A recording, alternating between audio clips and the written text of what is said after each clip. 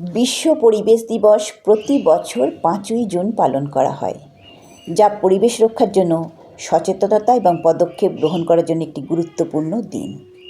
জাতিসংঘের পরিবেশ কর্মসূচি অর্থাৎ ইউএনইপি এর নেতৃত্বে এই দিবসটি বিশ্বজুড়ে পালিত হয়।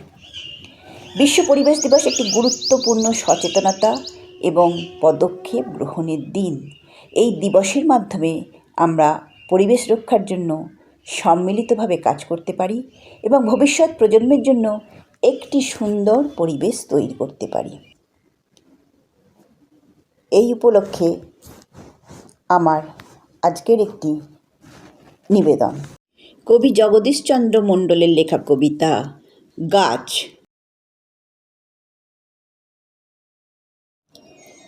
গাছের মতো উপকারী বন্ধু কোনো নাই, ছায়া ঘেরা গাছের নিচে শান্তি খুঁজে পাই।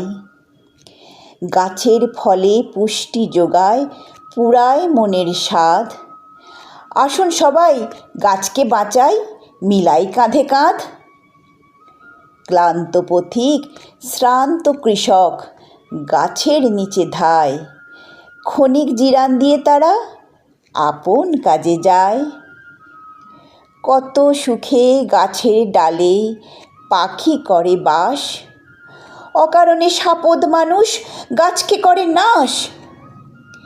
জীবন বাঁচায় অক্সিজেন ওই গাছেরই যোগান দেয়, গাছের নিচে কত মানুষ সুখে নিদ্রা নেয়।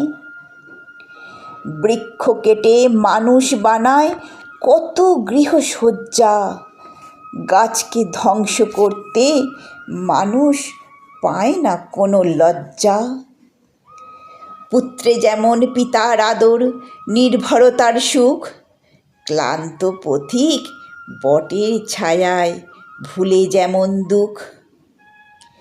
পিতার মতো বটের মতো ছায়া বৃক্ষ চাই, যাহার নিচে সবাই মিলে শান্তি খুঁজে পাই।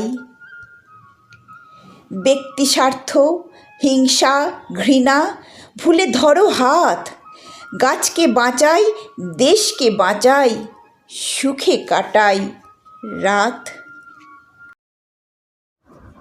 তাই পরিশেষে একটাই কথা বলি, 5ই জুন একটাই পণ, সারা বছর হোক বৃক্ষরোপণ।